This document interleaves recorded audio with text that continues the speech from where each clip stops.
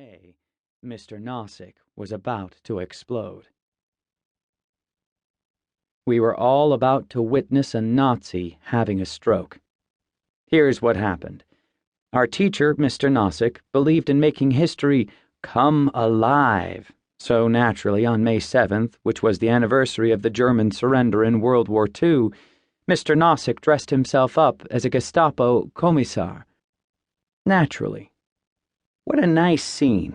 A Nazi at the front of a public school classroom filled with 16-year-old boys and girls.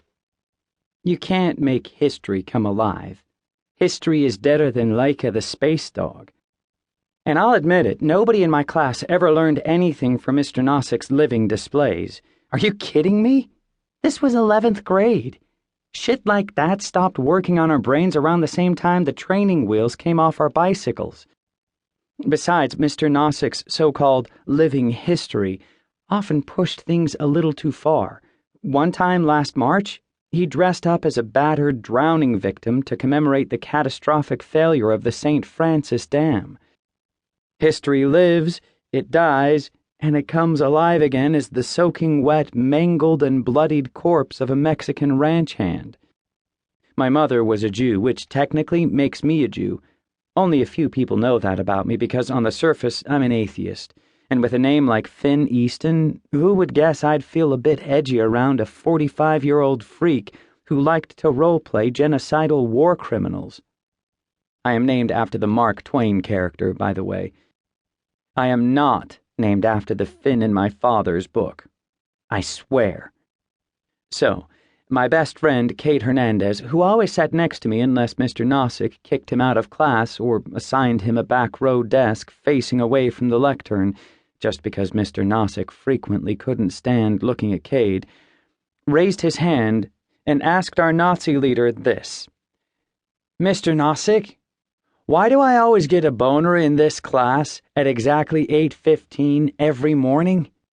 This is ridiculous. Kids laughed.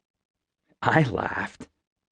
Who wouldn't laugh at a boy who asked a Nazi a question about getting an erection? Besides, Cade Hernandez was our de facto commander in the Stop Trying to Make Us Stop revolution, our act of defiance against the quit missions. Cade Hernandez ran the school. He could get anyone to do anything he wanted. Cade Hernandez was magic or something. Mr. Nozick's face reddened, which, in the aesthetic arrangement of things, matched the color scheme of his outfit perfectly.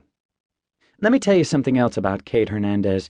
As the school's de facto commander in the Stop Trying to Make Us Stop revolution, he was an expert button pusher. The moment any authority figure challenged Cade's control over things, the game was on. Mr. Nozick despised Cade Hernandez as deeply as anyone could ever hate another person. It was only a matter of time until Mr. Nozick came up with some type of quit being Cade Hernandez mission. To be honest, all us kids in the class loved to see the two of them square off. Cade routinely won. At least once a week, Mr. Nozick would tell Cade that he couldn't stand looking at him anymore, so he'd order Cade to the back of the room, as far away from Mr. Nozick's desk as possible. And Cade frequently wasn't doing anything to justify his banishment. But Cade Hernandez did have a way of just staring and staring, without blinking, calmly showing the faintest trace of a smile on his face, as though he were saying, "Come on, fucker, let's see who wins today."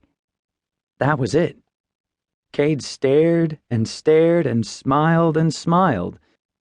And that was how we looked at Mr. Nozick on May 7th, Nazi Day, when Cade Hernandez, in as straightforward and sincere a voice as you could ever imagine, asked our Gestapo commissar teacher why he got a boner during history class at the same time every morning.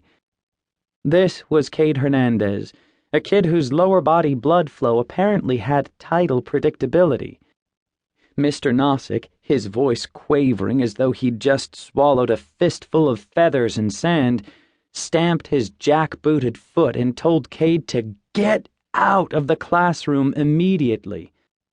Man, the only thing that could possibly have made Mr. Nozick look more like Hitler that